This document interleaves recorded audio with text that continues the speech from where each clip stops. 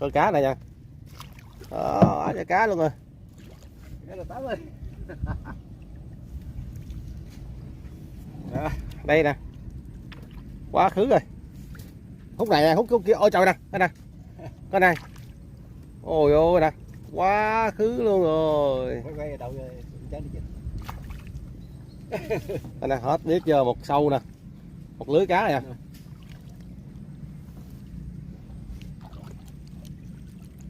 Khúc này mới mê nè, khúc này là chìm lưới mà. Khúc kia mình động nó chạy lên đây hết. Chạy xanh nước luôn mà.